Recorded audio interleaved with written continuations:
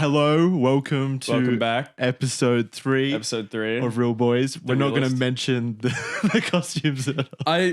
I'm meant to be looking like a real boy, but I feel dressed for like space fascism. What is this? What is this outfit meant to be? In his holy name. It's meant to be like a old-timey cinema usher. No, but I look like I'm going to execute someone in space for not charging at the enemy. Yeah, we do look very fascistic, if that's a word. The Golden Throne. But this week on Real Boys, we're tackling one of the hardest subjects we'll probably ever tackle. A big trilogy, a strong trilogy. Actually, the full trilogy, yeah. We did watch one might say all three of them. Probably the closest trilogy we'll ever get to Lord of the Rings. Yeah. Quality-wise. This is the modern day Lord of the Rings, for absolutely, sure. Absolutely. It's a shame our third real boy couldn't make it. Titular character, Eddie Brock, but... people don't understand. Well, if you've seen the second movie... Well, all right, first off, we're talking about Venom. We're getting way too ahead of ourselves here. Yep, so we... the latest Venom, Venom 3, Venom The Last Dance. We just saw that, but I have not seen any of the Venoms up until this point. Up until a few hours ago. Yeah, well, last night. Yeah, a few hours ago, actually. Like 12 hours ago. We binged all three movies. Well, the first two movies, Venom, and then Venom Let There Be Carnage. And then today we saw Venom The Last Dance at cinemas. It's been a fucking blur. It's actually so sad that about a quarter of my day has been taken up by Venom. What do you mean? How is it a sad thing? The first one, I'll grant you, was a sad thing. Okay, so I'll sum up my thoughts for the people listening at home right now about what I feel about Venom, in the franchise.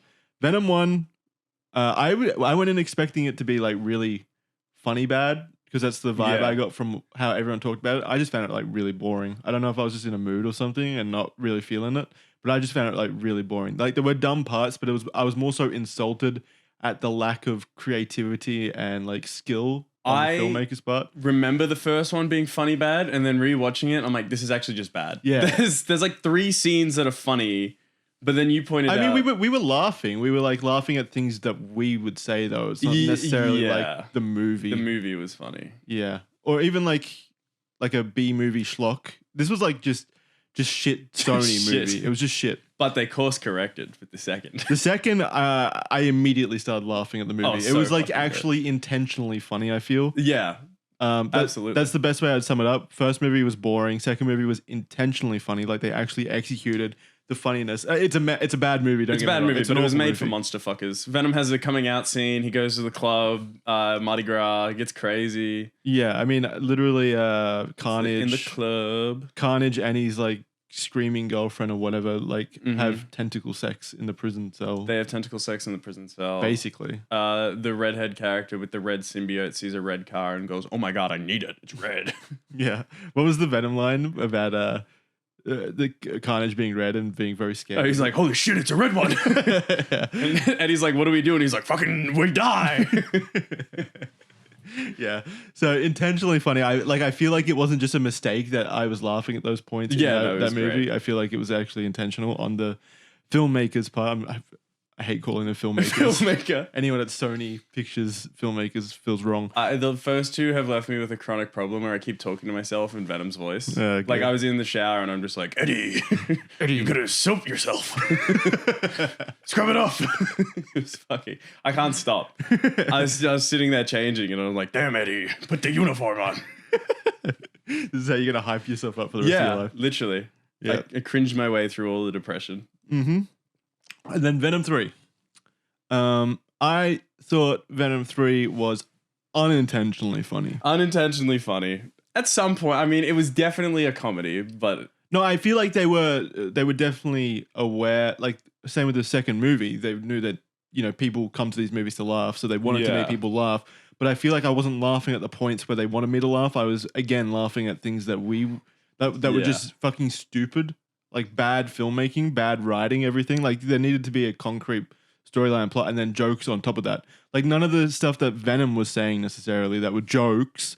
Like when he would sing a song or something. I wasn't laughing at that. You didn't love Space Oddity by Venom? No, I wasn't laughing at him singing. I was laughing at the fucking absurdity of like them actually putting this into a movie. It's kind of funny.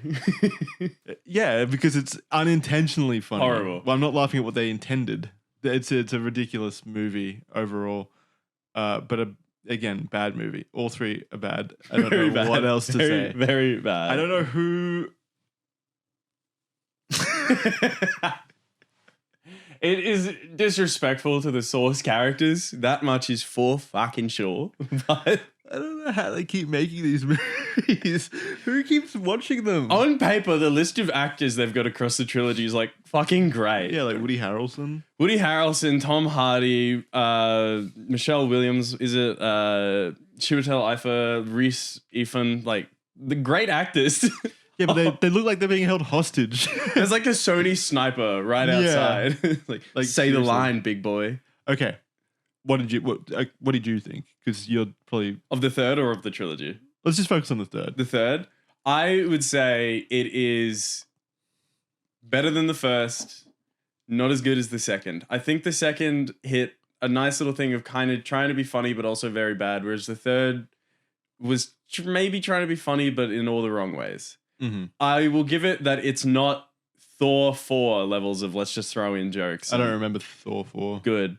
I don't think I saw that. Was that Love? Love and Thunder? Yeah, just I see that. Horrific. I wanted to get up and leave the cinema at like every single joke. Whereas in this one, at least even if the jokes were bad, I was just laughing, going, that's so stupid. Yeah. Yeah, I didn't regret seeing it, like, because it wasn't too long. I will say every scene where it wasn't Venom and Tom Hardy like together, every other scene was boring. The side characters was something else. Yeah, they were like, it was boring. Yes. Like lazy exposition, just robotic readings of exposition, basically. Like, no character depth or no interesting plot twists or hooks or anything. It's just, here's information for you audience so that we can now get to the next scene of Venom and Tom Hardy, fucking around in the casino. Yeah, well, I mean, I guess we'll get to the opening of the film then, because that's what that was. Well, first of all, we're just going to discuss spoilers from now on. I feel like this is a good enough. You don't need a synopsis. You don't need a synopsis. This is Venom 3. The bare minimum you need to know is that if you go into this movie with any sort of sense of space, time, making sense, plot, I don't know, readability, it will disrespect you. It doesn't give a fuck about what you think. It's there to make fun of you and your time and have a great time doing it. Yeah, it exists to siphon money out of idiots like us. Yeah. It doesn't care. Like there's nothing there. It's not like there's like an intention behind this movie other than to just make money. It makes money. It's milking the monster fuckers on Twitter and everyone that wants to What is this whole monster fucker shit you're talking Dude, about? Eddie and Venom are gay as fuck. It was plainly said in the second film. Well, yeah, he did have a coming out moment. The third film has them to be like, maybe we should start a family, Eddie. That actually is. That's not even a joke. That is an actual You'd be a good dad. Yeah. I wish we had this life for ourselves, Eddie. Yeah.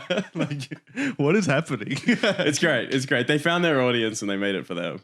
I don't think it was for the monster fuckers. It's absolutely for the monster fuckers. No. Anyway, would I recommend going and seeing it? Absolutely not. I wouldn't recommend pirating it at all.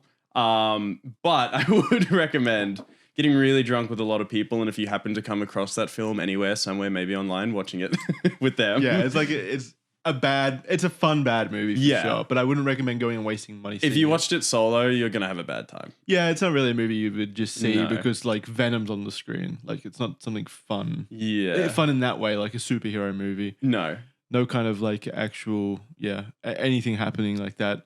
Wouldn't recommend going and seeing it for that purpose, but yeah, like you said, I would recommend seeing it if you're like drunk. Yeah, it's a great drunk movie. It's a fun bad movie, let's say. Yeah. Yeah, okay, so now we're going to talk about spoilers. Mm-hmm. Not that there's much to spoil. What even happened? So it opens with Noel, God of Exposition. Yes. He literally starts the movie, I'm pretty sure, with I am Noel. I am Noel. Who's he talking to? God of the audience. He's talking to the audience. He says, I am Noel, God of the Void, and exposition on the side. Mind you, the scene where he's saying this, he's literally on his own planet, like a prison planet, basically. Like his own planet. he's the only one there with his pets. So is he space telling cockroaches? The space cockroaches, these giant like lizard insect bug things, who are subservient to him.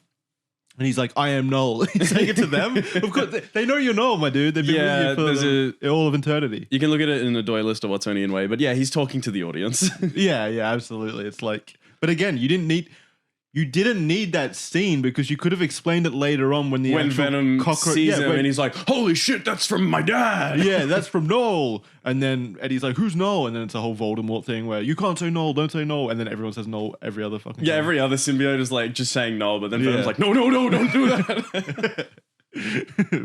that. So again, you didn't need that initial scene of Null literally talking to the audience because later on, Venom explains a whole thing we already heard about Null to Tom Hardy, which makes way more sense. It actually got explained, I think, 3 or 4 times. Through the scientist side characters. You jump around a lot during this movie, probably a lot more than the first movie. I don't think more than the second movie, though, because the second movie was a jumbled mess. But this one, does jump around a lot between different characters. Like, there's a hippie family that just shows up out of the blue. Probably the best characters. The only ones I enjoyed, Tom Hardy and Venom. Not even Eddie Brock and Venom. Those two, and then the scientist group, and there may be others that I've forgotten about as well.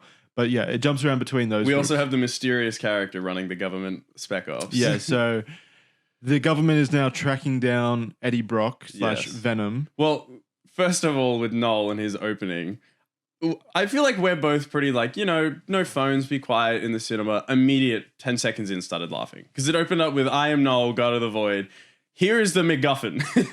The exposition machine has been created. And it will let me free. No reasoning or anything. It is literally the laziest writing I think I've ever seen. It not even mentioned in the first 2 films. The villain, if you can call him He's not present at all. Literally just says, the thing was made and now I am here. It is the exact same as somehow Palpatine has returned. Yeah. Well, Null didn't even exist like as a character when the first movie was made. So it's just like, fuck it. Yeah. He's here now. Yeah, he's here. So yeah, he says in that exposition scene, the thing that I need to free myself of this prison and, end all life, whatever, mustache twirling shit, has been created. Go, my bugs. My bugs, be free. Wait. I just thought he had the ability to send them wherever he wants all the time. Yes. Why are they... Well, there was no codex. But still, he could just like fuck shit up. He's clearly like a bad dude. I mean, We'll talk about this throughout the rest of the thing, but like in that opening montage, there's like a war with the symbiotes who rebelled against Null, who made them. We don't see it. No, there's like a very short clip, like animatic. Oh, and there's like symbiotes fighting the space cockroaches in like en masse, like it's army versus army. But the rest of the film left me thinking like, how the fuck did they win and imprison Null? Because a single space cockroach takes on was the everyone. most fucking broken, overpowered character to the point where there was 2 and then eventually 5, all the characters were like, we're fucked. Like they couldn't beat 1 and there was an army of them. Whenever we refer to space cockroaches, by the way, we are referring to like these giant creatures that Null... Aliens they're in the trailer, I think. Yeah, that Null owns. They're like... vanilla giant Cloverfield looking boring ass monster design, nothing unique. Yeah, their little vacuum mouth that just spits things out the back of their head. Yeah. Their sound design was kind of cool. It was very Godzilla. It was generic. But it was like, woo. Nah, I was not feeling them. They did nothing. They weren't intimidating to me. They weren't like cool. They were never intimidating. They weren't unique. There was nothing cool about them. They just, every time they got killed, they immediately got back up. Yeah, they like, just fuck. They just like recombine. Yeah, literally just recombine. I don't know why he'd ever make symbiotes when these things were just broken as fuck. Well, he made them to hunt down the symbiotes, right? Yeah. But he also made the symbiotes. Yeah. And by he, we mean Null. Null. Yes. And then the symbiotes rebelled against him. Yeah, for some reason. We don't know why. We don't know why they rebelled. They're just like, that guy sucks. Yeah. But, well, I guess because he was bad and the symbiotes are good. You'd think that his children would also be like indoctrinated. I always thought the symbiotes were bad. I thought Venom was like a bad boy. Well, Venom was originally bad, and then Venom got popular enough that they were like, he's an anti-hero now, and then they're like, oh, well, the other ones also need backstory, and now that he's an anti-hero, we'll make them be kind of like, they're like good-ish. Like, they come from a bad guy, so that if we ever want to make them bad, there's a reason there, but they're kind of... He's straight up just like a good guy in this. Like, he's friendly to children. The fucking best person he ever. loves dogs. Venom is genuinely phenomenal. He wants kids someday. He's like a good dude. He wants to go see the Statue of Liberty. He's got really interested in Broadway musicals. He loves gambling. He's like a guy. I'd hang out with him if I could. He's just like a mentally stunted dude. Incredibly different from the first film, though. I just saw the first movie and I don't remember it. He has like 6 lines of dialogue in the first film and he's like, oh, I might let you live. Yeah. Also, you're a pussy, Eddie. And like all this stuff. And he's like, oh, I'm actually kind of a loser anyway.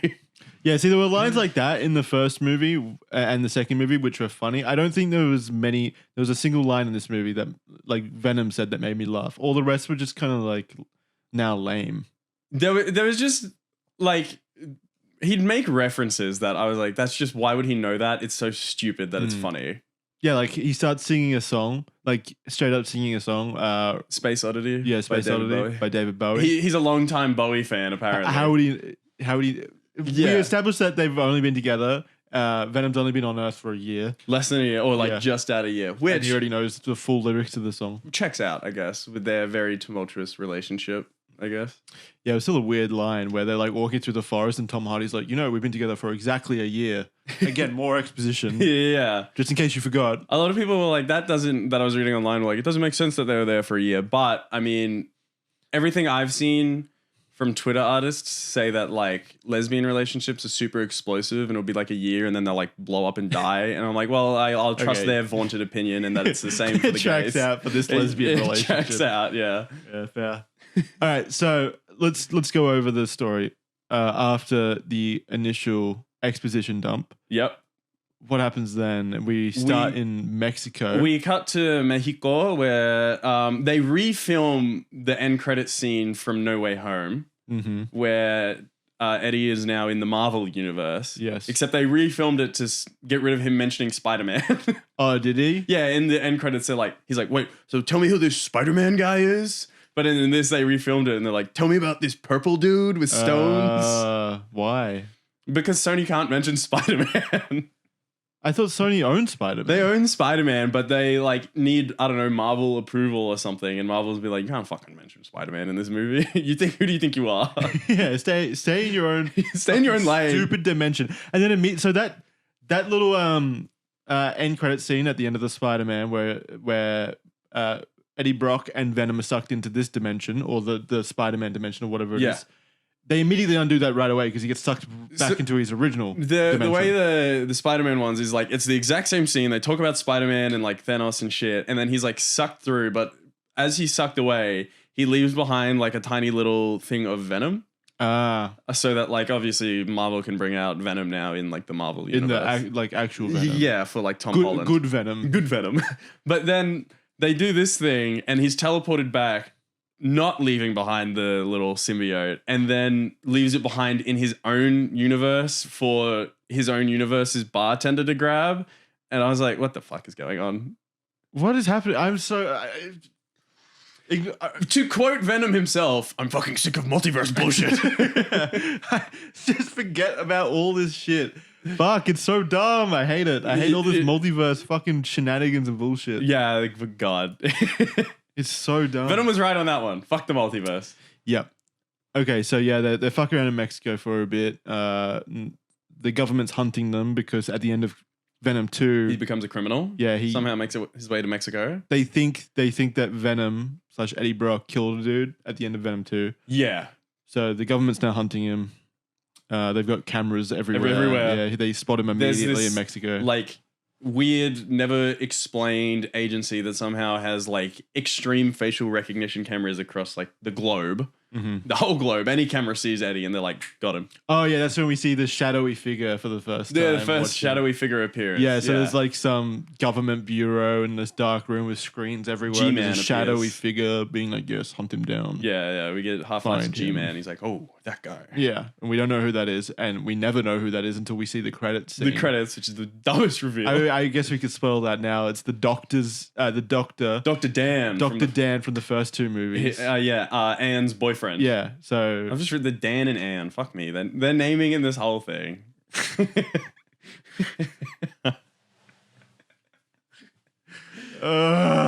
It's never revealed until the credits, but it's not even a thing. Is it like implied that he was dating Anne to spy on Venom, or did Eddie fuck up their relationship, and then Dan was such a fucker, he was so locked in that in the space of 5 months he managed to go from being a doctor to running a shadow CIA organization that fucking hunts Eddie across the world.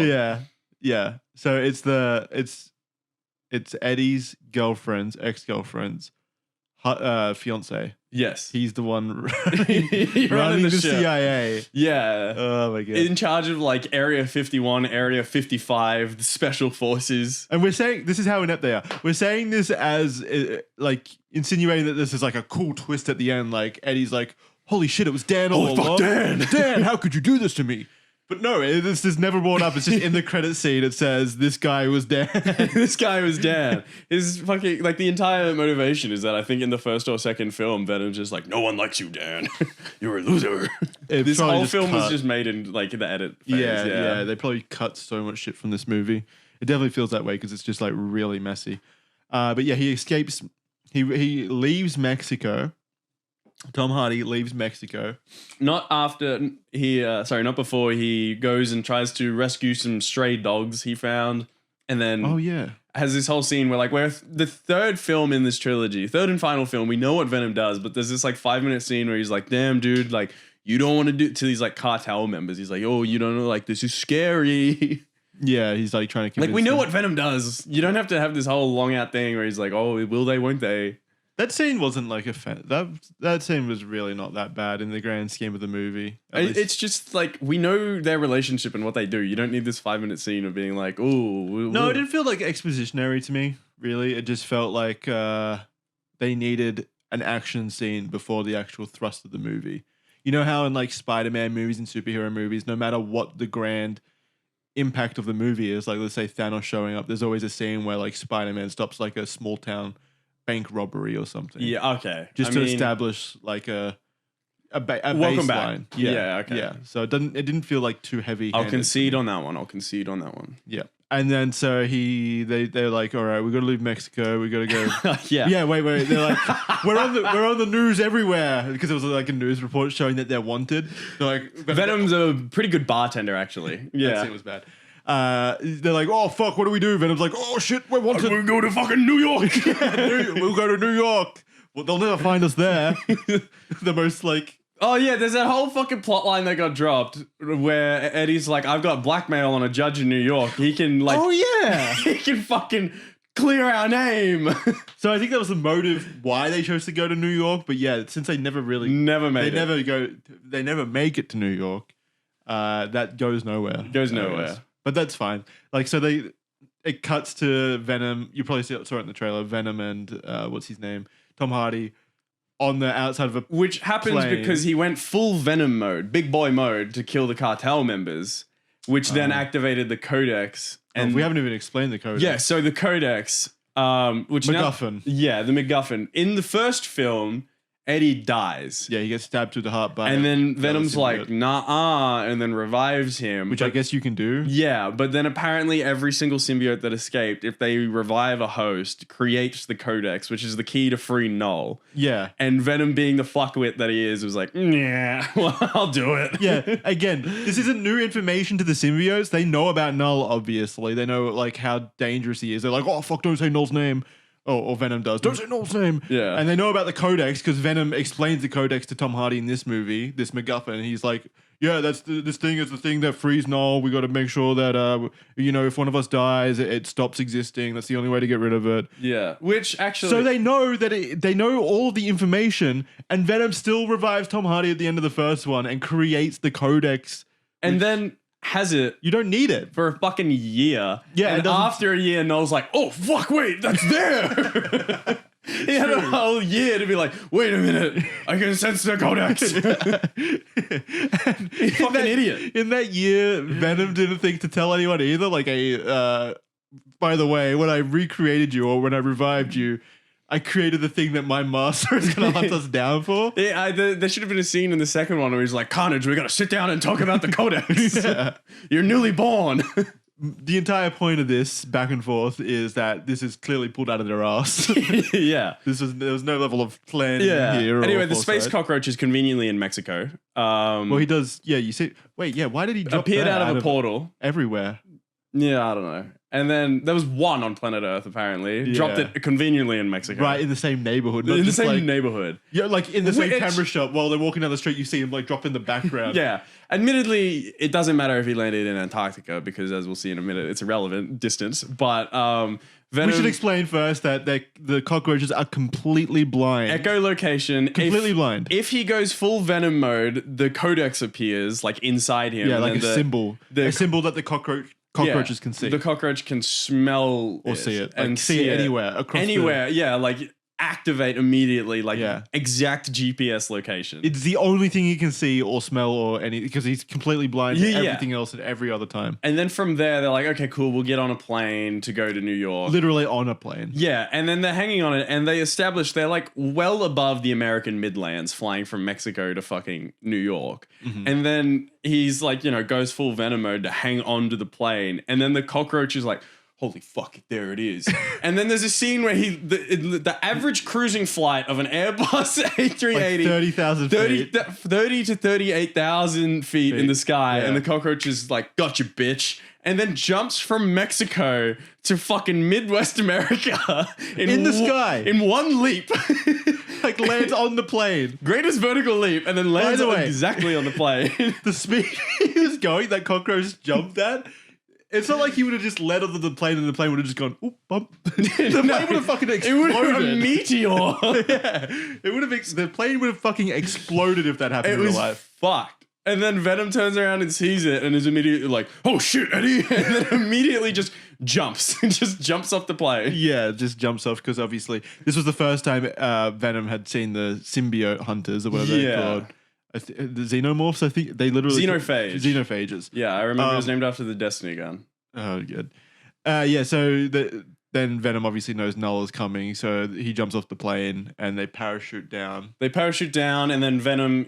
By the way, first Venom kicked the xenophage into the engine. The engine of the plane, so which that exploded, and we already saw everyone on board. And then Venom and Tom Hardy just jump. Yeah, they condemned the plane to death. We never see it crash or anything, but it's pretty obvious. Like that plane's fucked. That plane's fucked. Yeah, they just jump off and parachute out of there. We don't follow up on that plot thread ever again. No, and then they're flying down, and Venom's like, engage your core, Eddie, and use your legs and fucking land properly. Don't you know how to parachute, you fuckwit? And then they land, and then he's like, wow, what was that? I'm being hunted by aliens. And then more exposition happens. Venom is like, shh, don't say his fucking name. It's Voldemort. It's again. Voldemort, yeah. And then explains again the exposition that we got from the guy himself. And it was like, wow, I'm on the run. We can't let that thing. He's like, oh yeah, it can only see us if I'm in full Venom form. 30 seconds later, sees a horse and goes full Venom form on the horse. Oh wait, but yeah, I think he needs to go full Venom mode on Tom Hardy for the Codex. Why is that relevant? They can bond with anything. He went full fucking reveal on another living being. No, but it's only when Tom Hardy and Venom go full mode together. Oh, true, because that's when the Codex shows up. He did die. But then again, the argument is like, why don't they just split up and never form together into that full Venom mode? Like, because I would understand it if like Tom Hardy after dying needed Venom symbiosis in order to stay alive. Yeah, but no, they go apart many times. I feel like they also cut out a reason why like Venom would need the Codex as well. Like, surely there's a fucking reason. I don't think because he didn't have the Codex before Tom Hardy died and he was fine. Surely there's a fucking reason. So why are they still together if they know that like because they're gay? The only thing that creates the Codex is him going full Venom mode on Tom Hardy. Just break up. Just leave each other alone. This is intense yaoi. They can't break up like that. It's so dumb. It's a manhwa. Well, yeah, wait. We never established why that can't be an option. They're always like, one of us dying is the only way the Codex will stop existing. Well, it's established in the second film. because they do break up for a bit. And Venom has the worst fucking time of his life. And every single person he bonds with, he just kills. And then he's like, I've got to come back to Eddie. I need my boy. Why does he kill them? Oh, because they're the perfect match or something? Yeah. And he was just feeding on everyone else. He can feed on people instead of ending all of life. Okay, we'll bring that point up later with the doctor character, which is now introduced. Yes. Dr. Teddy Payne. Dr. Payne or Dr. T Payne. Oh, her name is Teddy Payne, yes. Yeah, Dr. T Payne. Dr. Payne. She's so fucking... Why? Again, her entire character is exposition. We're introduced to her and... sleeping in her bed with a giant lightning strike mark across her body. And we get dreams of her origin with her twin brother in a field where her brother's like, oh, well, if there's thunder, they're lying on the beach in a fucking storm. Yeah. And then the brother's like, if there's thunder, you better go inside because it's dangerous. And then fucking is immediately zapped by lightning because he's a fucker. He holds her hand. Like, as soon as he touches her hand, she gets struck by lightning. The lightning currents through her and, like, fucking vaporizes him. Yeah. And then she's got survivor's guilt. Driving dramatically to Area 51, which we are told is being decommissioned, by the way, for fucking whatever reason. And she's staring at a photo of her twin who's died. And she's like, it should have been you here, man. It should have been you. And this is very important because when we show up, there's another military dude, military sergeant. Yeah, who was tracking down Venom and Eddie Brock. Well, actually, that did happen while he was in horse mode before we see the doctor. They show up in the woods because Dr. Dan was like, fucking get that bitch. And then they track him down into the middle of nowhere somehow and start hunting him. And then that's when he has to go full Venom form again. And then the aliens, they see fucking... Oh, wait, no, I've got the time. We meet the doctor and then this happens. Yeah, we meet them first at Area 51, I'm pretty sure. Yeah, where we see this scene of that woman having... Teddy Payne having the dream. Then she goes to Area 51. She meets up with the sergeant, military dude, who will be hunting Eddie and Venom later on. Yeah. But in this scene, we get a lot very more important. This is first, the first scene with him is him handprint activating, I think it's called like hyperacid, which they're using to decommission Area 51. In the middle of Area 51, there are two giant fucking Roadrunner versus Coyote acid barrels called the hyperacid. Yeah, hyperacid. Where they just put shit from Area 51 underneath, and then the general's like, here you go, and then burns it. That'll never come up again, I'm sure. Why? Literally, why? You didn't need to Chekhov gun the fucking acid, but not only is Area 51 set up with two giant fucking Acme Corporation hyperacid barrels, in the middle of the airfield is a fucking 6,000 pound pile of explosives and ammunition just stored freely, which will also never come up again. Why are they decommissioning Area 51 in this convoluted manner where they're like dragging everything over to melt it? Like, why? I don't know, because I guess you can't sell it off in surplus stores. Just bury it. Like, there's got to be way more inexpensive, easier things to do. Anyway, it doesn't matter. Then we get to more exposition where the doctor and the general meet up. And it's the most boring. So lazy. They have worked here together for a very long time. They know who each other are. They're a little bit like antagonistic to each other. And then they proceed to just provide exposition like they've never met. Like they don't even know where they work. Yeah. She's like walking down a hallway explaining the facility to him. He's fucking decommissioning the place. And he's like, no one will ever find us here. We're so underground. Yeah, we are exactly 200 feet underground. Yeah, and she's like, have you ever heard of my twin brother? He'd have loved it here. It is literally like that. They're fucking dumb cunts. Like, why? It is all exposition. Every single line from them is exposition. Like, and yes, we do have symbiotes here too. Oh, but have you seen the symbiotes we have? Yeah. We got a green cunt and a red cunt and a black cunt. Fucking... Why? They both work here forever. And then we're introduced to like co-workers, like one woman loves Christmas. We're never given her name. The general's just like, why the fuck are you wearing a Christmas pin in July? And she's like, I don't know, I like Christmas. He's like, cool, your name's Christmas now. Yeah. And then there's like a rent-a-cop like security guard. Yeah. And these guys, all these characters come up later on, so they do have a purpose, but it's like so stupid. You never learn anything about them. You never really hear from them. They're just kind of like ancillary characters in the background. And again, just like no purpose. None at all. Yeah. It is also here, though, that we find out that the detective from the second film was not, in fact, murdered and is alive. and they have given him a symbiote, which he has bonded. Well, he with. had a symbiote in the end of the second movie, apparently, but he died, and then this symbiote left him.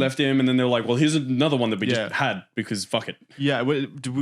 How did they end up with so many symbiotes? They had like 10. So there's a complete plot contradiction here, where the first film has them crash land on Earth. There's like the whole ambulance thing. Half of them die. Life Foundation shows up and takes, some of them in an ambulance or whatever. And then in the third film, the meteor crashes and fucking what was it Strickland, Chiwetel's character, General Strickland. Him and his team are there instead of Life Foundation.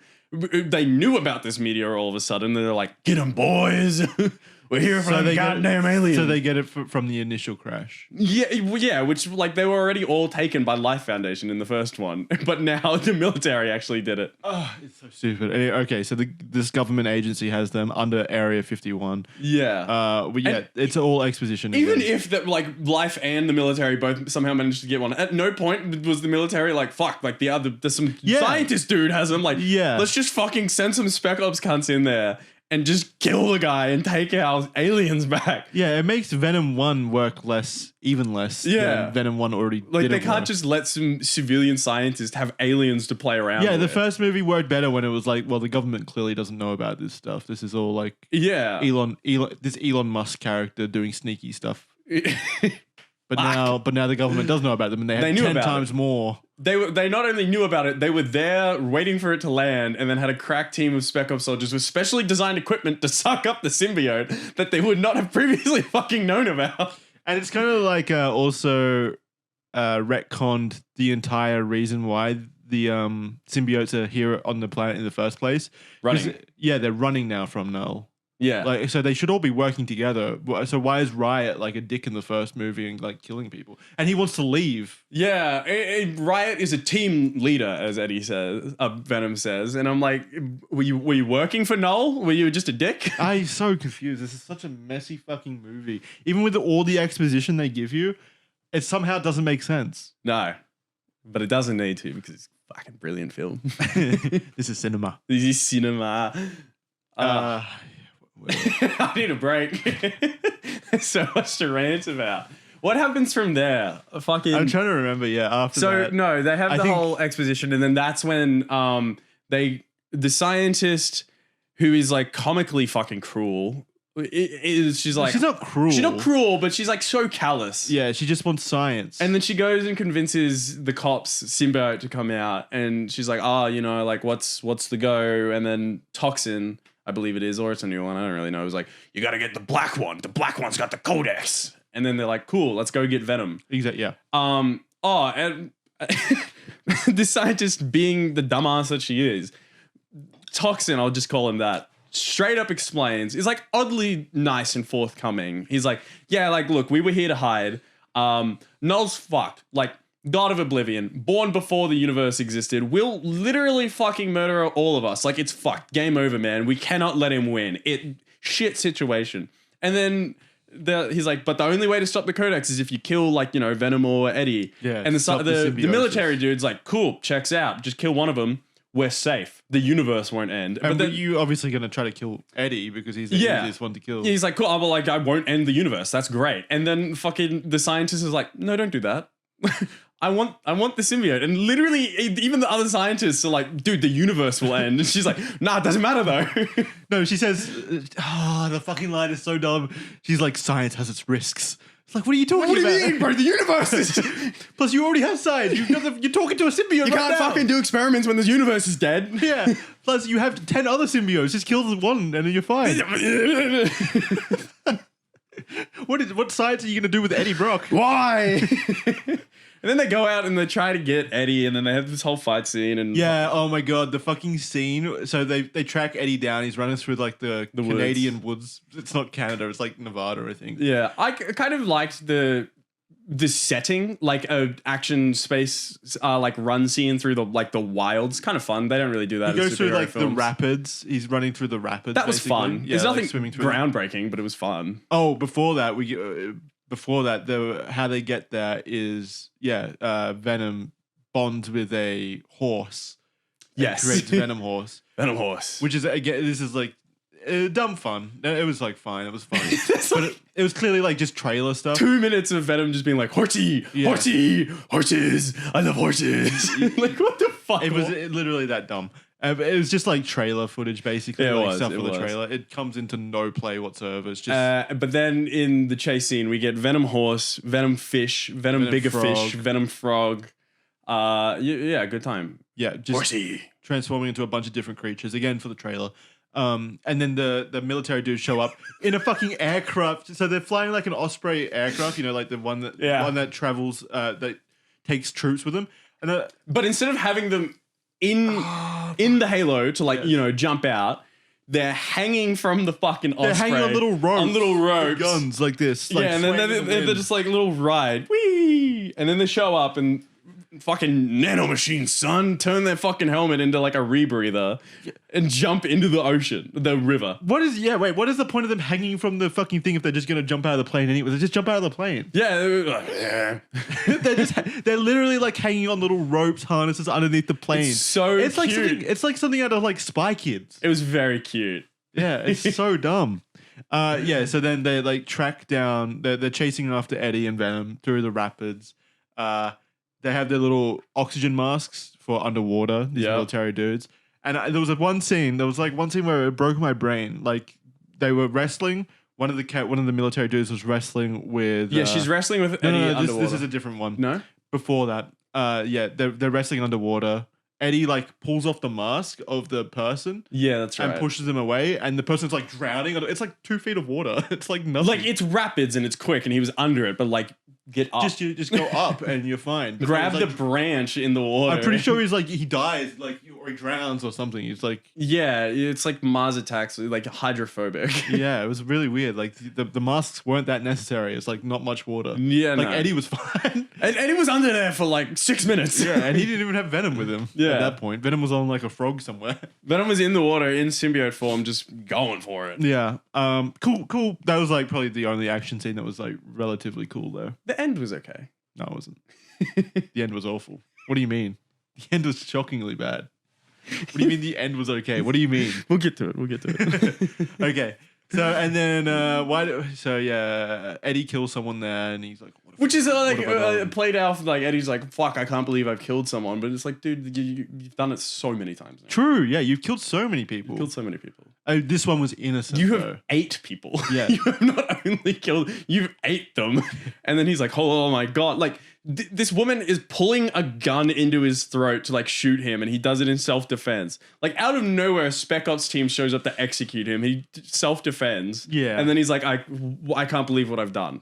Yeah, I get the idea is that person was just an innocent person following their mission directives or whatever. A nameless, faceless, all-black goon showed up and tried to shoot him. I don't know why he's emotionally attached to this one and not the fucking cartel members or the plane he just made crash. Well, the plane, yes. The plane makes no sense. But the cartel members were mean to dogs. That's very true. They were like, what was their entire thing with dogs, actually, now that I think about it? They had dogs and they're like, what are you doing here, hombre? You can't fucking play without dogs. They had dogs in cages, like, being mean to them. Like, why? Why is the cartel doing that? Dog racing, I guess. Dog fighting. Yeah, maybe. Yeah, dog fights. Yeah. Anyway, Venom and Tom Hardy didn't like that, so that's when they killed them at the start. Anyway, back to this. What happens then? Venom. The alien shows up again. And wait. Why does Venom go back on to Tom Hardy in this situation? Because he's about to go off a waterfall. Oh, yeah. And then Venom goes back onto him, goes full form to save him from like, and then they land in the water. Which sends out the GPS to the giant cockroach. And then again, the cockroach is like 36,000 kilometers that way. Yeah. At this heading, if I just jump, and then jumps from the middle of Nevada, yeah, and then lands in the forest, right on top of where they are, like just straight, and then it starts killing the humans, the military dudes, like grinds them up and it spits it out like puts it in the grinder. Yeah, his mouth, the cockroach's mouth is like a grinder, like the jet engine, really. Jet engine, yeah. It spits them out. It's pretty cool. And then up in the helicopter, General Strickland sees this and is like, I fucking lost 3 men, and he's like, so pissed off and sad, like clearly having the worst day. Didn't like he had just been told if he fails, the universe is gonna end. Sees this alien that's going to like help end the universe appear, kills his men, is having the worst time, and then rings the doctor to be like, "What the fuck is this?" And then the doctor's like, "Holy shit, could you get like samples from that?" He's like, "I'm hanging up." Yeah. Okay. She was not a human. No, she wasn't. She's like, it's like a bad writer's idea of what like a scientist trope is, like a scientist who only wants to do science. Their biology teacher was mean to them, and they've stuck with that their whole life. They're like, it's just ham-fisted. It's like, oh, can you get samples, please? And it's like, no. Yeah, it's really bad. I'm not landing the helicopter in the middle of the fucking forest. Also, there's nowhere to land and grab samples from an unkillable alien beast. Really dumb. Really dumb. So stupid. How does Venom get out of that? The alien's killing the soldiers because the soldiers are shooting at it. So, and then Venom goes back to normal form, and then is like, "We should swim out of here, Eddie." Oh yeah. So again, Venom can't be detected by the creature. He's right next to him, and the creature's completely blind to him. If Venom still in Tom Hardy, you can still use like tentacles and stuff. Yeah, he just can't full reveal. Yeah, you can't go full Venom mode like what you see on the comic book covers and stuff. You can't go full Venom mode. Just like tentacles off Tom Hardy is fine. So he does that. It creates like a little mermaid flipper. Yeah. And then lets Tom Hardy swim along the rapids. Just so good. Away. And the fucking giant creature whose entire purpose is to hunt symbiotes apparently can't. It was focused on the Black Ops soldiers shooting. No, but again, Null created these xenophages to hunt down symbiotes. That's the entire point of the xenophages. But they literally can't see symbiotes unless they've got the codex. Well, he swam really fast. It's so dumb. The entire point of these things, the entire point of them is to kill symbiotes. Yes. And he's completely blind to him. You can't see. Well, it was fast and there was water and, there's scary people shooting at it. So dumb. Okay, and then disappears into the forest. Yeah, Tom Hardy runs through the forest, finds a hippie family. The hippie family shows up. This is a new set of side characters. Who were also the characters that introduced us to Area 51 because they're driving through the desert on their way to like Vegas and they're like, we want to go on the extraterrestrial way or something, and like we'll see Area 51 on the way, and it's a cute little family. And then they're camped out in the woods, and then Eddie, looking like a fucking serial killer, just walks out of the woods, and then literally the worst parents ever, by the way. This guy, Eddie, looks like a homeless person, a schizophrenic homeless lunatic. It looks insane. Yeah, and this hippie family, by the way, has two like young kids and stuff. A very young boy and then like a teenage daughter. The daughter calls it out. She's like, "That guy's gonna kill us." Yeah. And the dad's like, "Don't worry about him, man." Yeah, the dad's like a stereotypical hippie. Like his name was David Moon, and then the kids were called like Aqua Moon and like fucking Leaf Moon. Yeah, something like that. Yeah. And like Eddie's walking up to them like talking to Venom, so it looks like he's just talking to himself, like twitching a lot and really, like, and then the dad sits down and he's like, "Do you believe in aliens, Eddie?" And Eddie's like, "Yeah, man, big believer. Go aliens." So yeah, they team up, this family and Eddie team up. And then they drive. The insane serial killer in the woods like, "Do you want to lift to Vegas?" Yeah. They drive him to fucking Vegas. Where we get probably the cutest scene in the movie. The only, the heart. The heart of the movie, really. Yeah. What was this scene? The dad's sitting in the back, pulls out a guitar and starts playing Space Oddity by David Bowie. And then the whole family's reluctantly like, "Oh, well, the daughter and stuff are reluctantly into it." And then they all start singing. And they're like, "Come on, Eddie, sing along to Space Oddity." And in his head, Venom starts singing along. He's like, "Come on, you old fuck, sing along. This song's great. I love Bowie." Yeah. And he's just sitting there not whimsically, like longingly looking out the window like, "Damn, man, life sucks and I'm sad." And then Venom's like, "I wish we had a family like this. You'd be a great dad." It's so stupid. They have like Eddie has a touching conversation with the little kid. The little kid gives him chocolate. It's like super generic, banal stuff, but it works. In comparison to the rest of the film, yeah, it's very cute. It's fine. Yeah. It was like something semi-competent. I have a soft spot for that song, so it helped. Yeah, it was cute. I mean, not all of the characters were dog shit. The acting wasn't good or anything like that. It was like dog shit. I can't believe they wasted Reese Ifans like that. But the idea or whatever was kind of cute. Yeah. And it's just a lot more of Eddie and Venom being very gay together and being like, we should start a family. We should have our many. Yeah, not gay in like a derogatory way. Like I think they are genuinely in love. They're in love. He doesn't mention the ex Anne or anything like that. That's not in this at all. She's irrelevant. Yeah, I guess they couldn't pay for her. Yeah, they couldn't pay for Michelle Williams to come back. Yeah, so and then they end up in Vegas. Yep. Yeah, Vegas, baby. Woo! Which, man, I don't even... They're not in Vegas for any particular reason. I think they just want to get a car to go to Area 51. Wait, no, they're trying to go to New York. They're trying to go to New York. Eddie is incredibly homeless looking. The hippie dad, like, here's $20, man. Like, I guess you're kind of cool. Like, have fun on the way. And then the family leaves to continue to go see Area 51. And then Eddie's like, well, I guess we'll just have to steal a car. And then at this point, which I also want to like see how this works, because Venom was like, no, we can't steal a fucking car. I just watched Rain Man. I know how to fucking manipulate numbers. We'll go gambling, man. Like, I'll win us big. And like, how the fuck did he watch Rain Man? When did he watch Rain Man? Yeah, you've only been together a year. He spoke about it like he watched Rain Man without Eddie. And how did he split? I don't know. Did he possess the chickens they used to own and then fucking watch Rain Man? Rain Man? Yeah, somehow Venom knows every single cultural event, like story. Like he's a 40-year-old man, basically. He's simultaneously a genius and the biggest fucking idiot in the planet. Yeah, so he believes that he can Rain Man it, so he goes to the slot machines. Yeah, but you can't Rain Man. It is also reestablished at this point that his entire motivation for going to New York, not to say Eddie, is but to see Broadway and watch the statue, like look at the statue. Yeah, that's why Venom wants to go. Yeah, he's like, I know you hate musicals, Eddie, but we're gonna fucking watch Broadway anyway. I don't care what you think. Yeah, and then they knock out the like concierge at the front of the hotel/casino, and then go find a dude that's just like in a suit pissing on the floor. Knock him the fuck out, steal his suit, and then like lampshade that Tom Hardy was voted sexiest man alive one year, and that everyone wanted him to be James Bond or some shit. So they just made him. Oh, they made him look like James Bond there. That's what that meta joke was. Yeah, and then he walks into the casino, and then all of a sudden Venom's just like, "Yeah, pokies, woo!" Yeah, that hit me to my Australian core. I was like, it did. Damn. I felt it calling. I was like, "Fuck, damn. Pokies, let's go." Pokies and a dart. And he just starts slapping. He's like, fuck yeah. Losers. You've seen it. It was in all the trailers. Like, this was the trailer moment where Venom loses the pokies, kicks the machine, breaks his foot. But this is when another character shows up. Yeah, when they racially profile Mrs. Chen. Like, the Chinese woman would be gambling. We'll find her there. And then they find her and she's like, I'm on such a fucking winning streak that they gave me the penthouse here. Is she meant to be like a love interest to Venom? Because Venom and her... Kind of. Yeah, she's like into Venom. Again, like the fucking...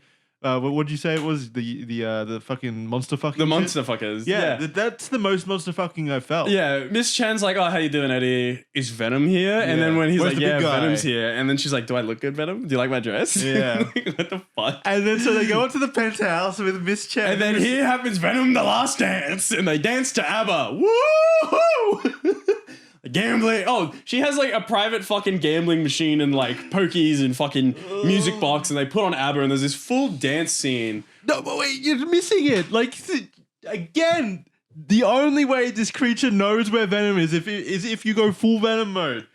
And he goes full Venom mode to dance with Miss Chen. That's the only reason he goes to full Venom mode. To the steely-eyed viewers, they'd be thinking, why the fuck would he do that? That doesn't make any sense. And to that, I say, fuck you, Vegas, baby. We're gambling and we're dancing to ABBA. It doesn't matter. It makes sense because they're in Vegas. He's like, let's have fun, baby. Woo. Yeah, so he has like this fucking choreographed dance. He's really good at dancing. Miss Chen. Again, he knows what's going to happen. They do the full routine, and then again, the cockroach from the middle of nowhere into the sky, rockets back down into the penthouse at fucking Mark 12. Mm-hmm. And then Venom sees it. He's like, oh, fuck, I forgot about that. No, he didn't, did he? No, he saw it and he was like, oh, shit, yeah, that's right. It's so dumb. It's so fucking dumb. And Miss Chen is like horrified and she's like, what is happening? And then the military shows up out of nowhere. Yeah, in their little fucking helicopter again. Yeah, and then like they split them with their like sonic weaponry, take Eddie and take Venom. But then, like, because they're not in full form, the thing can't track them. But then the fucking cockroach is like, that osprey, I guess I'll track it anyway. And then follows them to Area 51 and then sneaks into Area 51, which, like, would you not have a single fucking camera that sees the building-sized cockroach sneak into the fucking building? Did not a single security guard be like, that thing? Okay, and then we come to the end. I just want to get through this. This is too much. And yeah, so they go. The military takes Venom and Tom Hardy to Area 51 now. Yes, we're introduced to like all the other like symbiotes again, and they're like, we're gonna split it up, we're gonna kill you, and then the general... wait. Oh my god, they know already that they need to kill them. Why didn't they just pop Tom Hardy, Eddie in the head at the fucking penthouse? Why'd they drag him back to the cell and then pull out the gun to kill him there? They let him go to bed and then wake up, and then when he wakes up, to the general's credit, he's like, fuck you, Eddie, shoots him in the heart. But he's like, job done. Why'd you wait? But then, like, one of the random other scientists felt bad for Venom, specifically, not any of the other symbiotes, and then bonded with Venom. And then, the Christmas lady, right? Yeah, Christmas lady. And then Venom's like, gotcha, bitch, jumps out of her onto Eddie, and then, like, repairs his heart. He just got a bullet in the heart. Yeah. And reses him again. Does that create another codex? Yeah, maybe. It's like 2 codexes now. Yeah, and then immediately the fucking roof literally caves in and the cockroach appears. Yeah, because to repair his heart, he needs to go full Venom. Yeah. So he went full Venom, and then the cockroach is like... Locked in, and then appears. Yeah. And then the end fight scene happens. At this point, they're like, we've hit a certain amount of runtime. Fuck the story. Let's just end it. We're ending it. And then it's just... all the symbiotes are out. Scientists and security guards start just fucking bonding with them. There's like all this fighting. It turns into literally Power Rangers. It turns into Power Rangers, and then there's a 30-minute long fight sequence. I turned to you, I think at the start of the movie, and said these movies are basically just like the Transformer movies, the Michael Bay. They wish. Transformers movies. Not as competent, definitely not as competent as the first few Transformers movies, but like the whole idea, like of the symbiotes are the Transformers. They're running away from the Decepticons, which is Null, landing on Earth, and then the humans are like, we need to kick them off the planet because they're bad. And the symbiotes are like, no, we just want to stay here. No, please let me stay. Yeah, we could be good. And then Sam Witwicky is Tom Hardy. Yeah, literally the scene in the second movie where the fucking Venom is a savant, and he's like, let's solve the Zodiac Killer. Literally, yeah, like the same thing. They're the same movie. Someone needs to line these up because they are the same. They would play out the same. Yeah, yeah, yeah. And so the final scene happens. Everyone now it's an ensemble of the symbiotes because there's a bunch of other symbiotes at Area 51. The scientists all like form a mutiny and like take symbiotes as well and become new symbiotes. Yeah. Like fan favorites, like Agony's later on. Oh yeah, Agony shows up later on. I don't know any of the others. Lasher, yeah, for the Christmas lady. The Christmas lady becomes Lasher, which is I guess is like Dasher. I don't know if Lasher's like an established parody character. Instead of Dasher. Yeah, I don't know if she's established. I cannot remember, but that might be the only reason she was Christmas themed is because she becomes Lasher. The red and green. Yeah. Oh my fucking god. Fuck me. Fuck this movie. So they're all fighting. It becomes just a blur. It's just this like dragged out thing. One symbiote dies. Lasher's like, "Why would you kill him? We were fucking trying to help you." That's true. Yeah. We're on your side, man. Wait.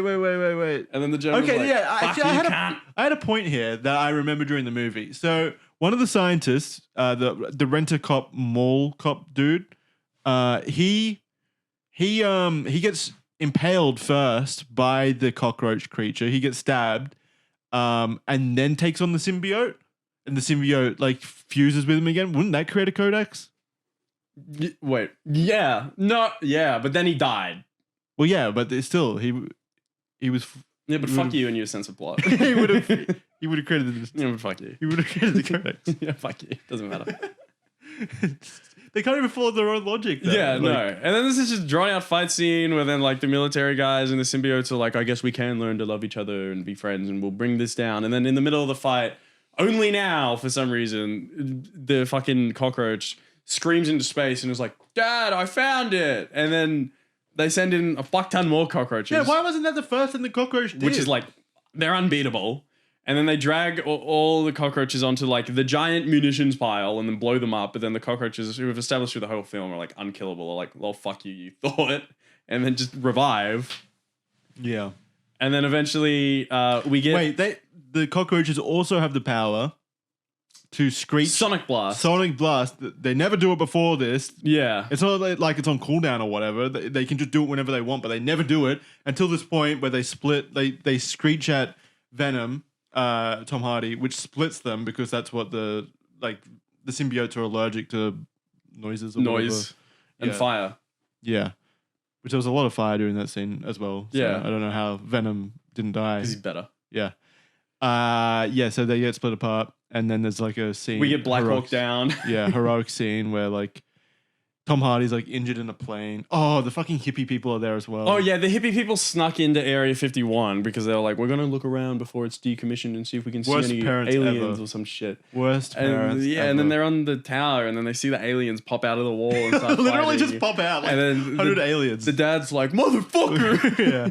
And then like you wanted this, man. They're in the crossfire. The fucking building explodes. Like that they're hiding in, and then Tom Hardy saved them. Yeah, Dr.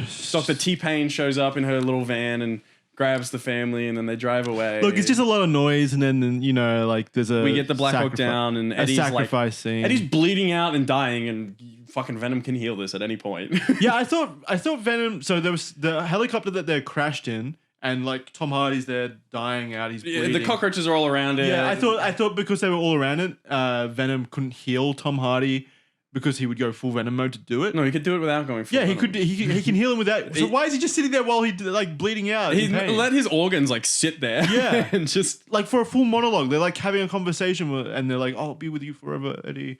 But fucking heal me. Yeah.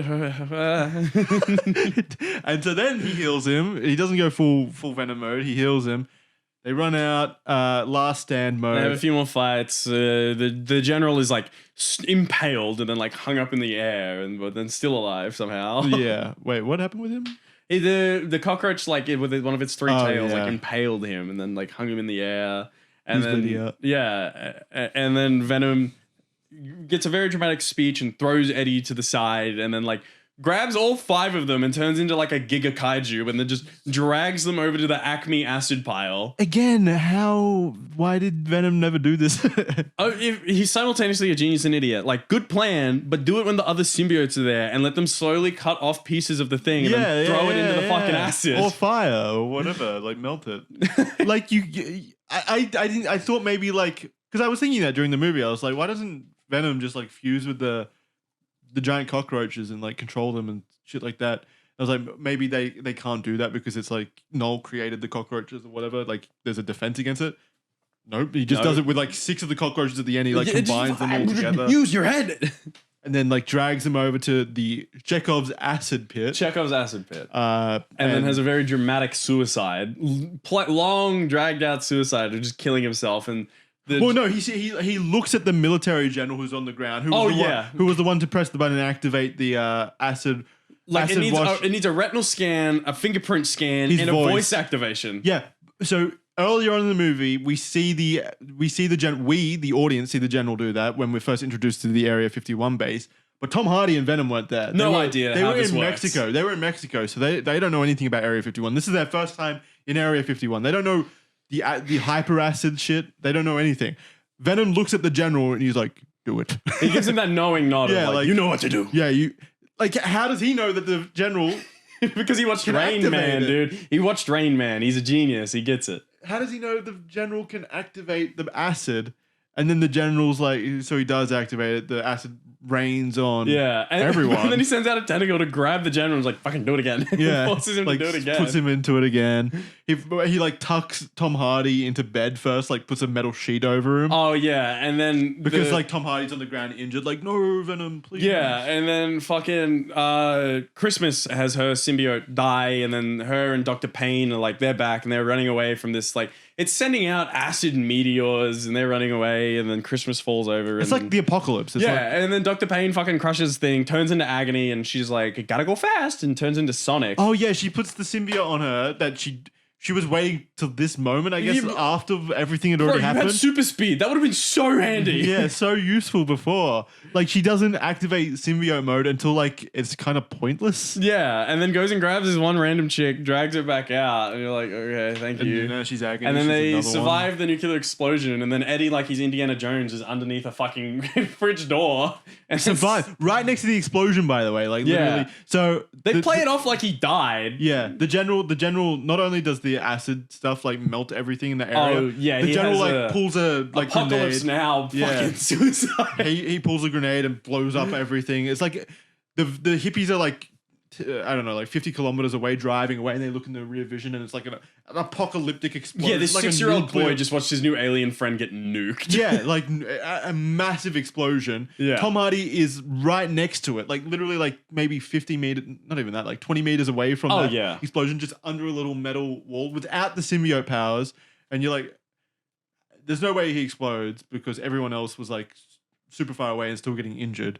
How did that little metal sheet protect him against acid explosions? Yeah, and then it cuts back and the metal sheet's gone. He's like covered in burn marks. The whole place is fucked. And then he just looks into the camera and he's like, "Eureka, baby, we did it." And then fucking just dies. And then hard cuts to him waking up in a hospital. Yeah. And so everything is fine. Eddie's fine. To the movie's credit, Venom is dead, I guess. Venom is dead. He doesn't show up again. Well, except for the tiny little millimeter he left behind with the bartender, which they took at the start of the film, remember? Fuck! Venom's still out there, baby! Right. Venom 4! I can't even give them credit for that then. Jesus Christ. I thought they were, like, I was expecting Venom to show up at the end, like at the Statue of Liberty, like, Eddie, you remember me? She's got good tits. I was expecting Eddie, but he didn't show up at the end. He wakes up in a hospital. But we do get the best scene at the end, which is very good. Well, first he wakes up in the hospital with another nameless military general who's like, "We've expunged your record, you're no longer a criminal, but fucking don't talk about this to anyone or I'll kill you, dickhead." And then it cuts to a beautiful montage. Literally a montage. A montage of Eddie walking through New York, well, Memories by Maroon 5, the shittest worst fucking montage song. And it just cuts through like moments through the whole film. Moments from the own fucking film. Yeah, like I just saw that 2 minutes ago. Half of them, yeah, like half of them are from the fight. Half of them are from the film we just watched. The other half are like from the second or first film. And some of them, Eddie wasn't even there. Yeah. He's having a memory of something Venom did when they broke up. And yeah, like he's perching on the roof. Perching on the brooding, and then went to the club. Yeah. Like Eddie wasn't there for that. But so it's not a montage for Eddie. It's a montage for us. It's a montage for us. And then he goes to the Statue of Liberty, but doesn't even go to the fucking island. He stands on a dock many kilometers away from it, looking at it in the distance, and is like, "I'ma miss you, man." And the credits roll. And long credits, after credits. I don't remember what the after credits. Yeah, so was. like they win. They destroy the Codex. Noel cannot escape his prison. All we see from Noel, apart from the beginning like exposition dump of him twirling his mustache, is when the Codex is destroyed at the end, or when Venom dies at the end. There's a cut to Noel and he goes, "No!" And then that's it. Yeah, but then we get the mid-credit scene where Noel has lost, the Codex is destroyed, and he's like, "Earth, your champion is dead, and I'm fucking awake now. I'm coming for you." And it's like, you lost, cunt. What do you mean? And they let him win anyway. He's like, "I'm awake now. It doesn't matter that I lost. I'm coming for you." Wait, so he was freed at the end? Well, yeah, the whole point of the film. So they didn't even need the Codex? He was like, yeah, he's trapped there. He can't leave. And then in the middle of it, he's like, "No, I'm awake now, and I'm coming for you, Earth. Your champion's dead." Oh my fucking god. Like, what? He won anyway. That's so dumb. Noel was so wasted. Noel, from what I understand, is like a really cool. Noel in the comics took like the combined effort of like the X-Men, the Avengers, the Fantastic Four, and whatever fucking other arsepool characters they could get to like fight this guy and win. Yeah. And it took like every comic book character they have ever made to bring him down. And then in the Venom thing, they're just like, he's fucking looks like a Forever 21 version of fucking edgy. Yeah. Needlessly, he's a human, I guess. He looks like Legolas who listens to My Chemical Romance, and he just fucking sits there like a dumb cunt, sends cockroaches out into portals, and then it's like, he's so useless in this movie. He does absolutely nothing. That's the one thing I was excited for this movie, because I've heard of Noel before. Yeah, Noel's cool. This sounds like a cool character. I want to see what they do. But then I remembered, holy shit, this is a Sony movie. This is me. Wait a minute. Yeah, never mind. And so yeah, it is a Sony movie. Like he literally does nothing. Yeah. Nothing. There's no scenes. There's no antagonist in this movie, really. They got Andy Serkis for that role too. For Noel? Yeah. That was Andy Serkis? That was Andy Serkis. He is such a hack. I'm sorry, but he does nothing anymore. He directed that second movie. Did he? Yeah, he was the director for Let There Be Carnage. I didn't know that. Which is, I think, the best one, but still, like, really bad movie. Should have let him do the third. Yeah. Anyway, that's that's the movie. That's Venom. Oh, there's also the end credits scene where the bartender who they fucking took to Area 51 managed to survive the alien invasion and fight, and then wakes up and walks out and sees that tiny little thing of Venom and fucking grabs it and turns into a symbiote as well. And then it's like, oh man, the trilogy's fucking ended. It's over. Venom's dead. You're not doing anything with Noel because it's fucking Sony, but you're teasing that Noel's coming back, even though there's not going to be a fucking sequel. I mean, there will be a sequel. I mean, it depends how much this makes. I don't know what the box office is, but like, I didn't think there would be a Venom 2, and there has been. No, I didn't think there would be a Venom 2. And there was a Venom 3 after Venom Let There Be Carnage, which I thought bombed, but I guess not. So I guess there are people that really love Venom. These Venom movies out there. They're so disrespectful of all the characters. It's just trash. I will say at least I really feel like it's probably more enjoyable than like at least like Morbius and Madam Web. This same year Madam Web came out. Yeah. And of the Sony movies, I will take Last Dance over Madam Web. Yeah, I do think this was probably I don't know if it was the worst of the three. I really was really bored in Venom 1. Personally, I'd go 2, 3, 1. Yeah, I probably would too. Yeah. Okay, let's wrap there. Would you recommend Venom: The Last Dance? In a fever dream drunk way, if you can sit there and enjoy Venom dancing to ABBA and going on the pokies, then fucking maybe, I guess. Not really. Again, like probably just if you're drunk and you can get it for like $3. Rent it for like $3. I'd recommend it more than Joker, but less than Smile so far. That's in our grand scheme of things. I would give it a 3 out of 10. A 3 out of 10? Maybe a 4 out of 10. No, 3 out of 10. I'm going to go 3 out of 10. Yeah, it's pretty just bad. Disrespectful to the characters, and that 3 is for like just how funny it is. Yeah. And I don't know, the weight of the trilogy itself also being kind of stupid makes me feel a little bit better about it. I would give Venom 2 a 3 out of 10. I'd give Venom 3 a 3 out of 10. And I'd give Venom 1 probably like a 2.5 out of 10. I would give Venom 2 maybe a 4. Okay. Or a 3.5. Yeah, I don't know. It's better than the rest. I guess just go by our recommendations in that. No, I don't recommend going and seeing this at the theaters unless you're like a diehard Venom fan. Unless you know what you're expecting. Like if you're a diehard Venom fan, do not watch the movie. Well, no, an original Venom fan, but if you like Venom 1 and Venom 2, these movies, then yeah, I'd recommend it because it's not too abjectly different. If you like the comic book character, stay far away. Very far away. That's going to do it for this episode of Real Boys. Thank you very much for joining us. You're welcome. We'll see you next time. What are we reviewing next time? What are we talking about next time? I think the next one is Transformers 1. Transformers 1? Okay. Yeah. All right. Thank you very much. We'll see you next time. Bye. Bye.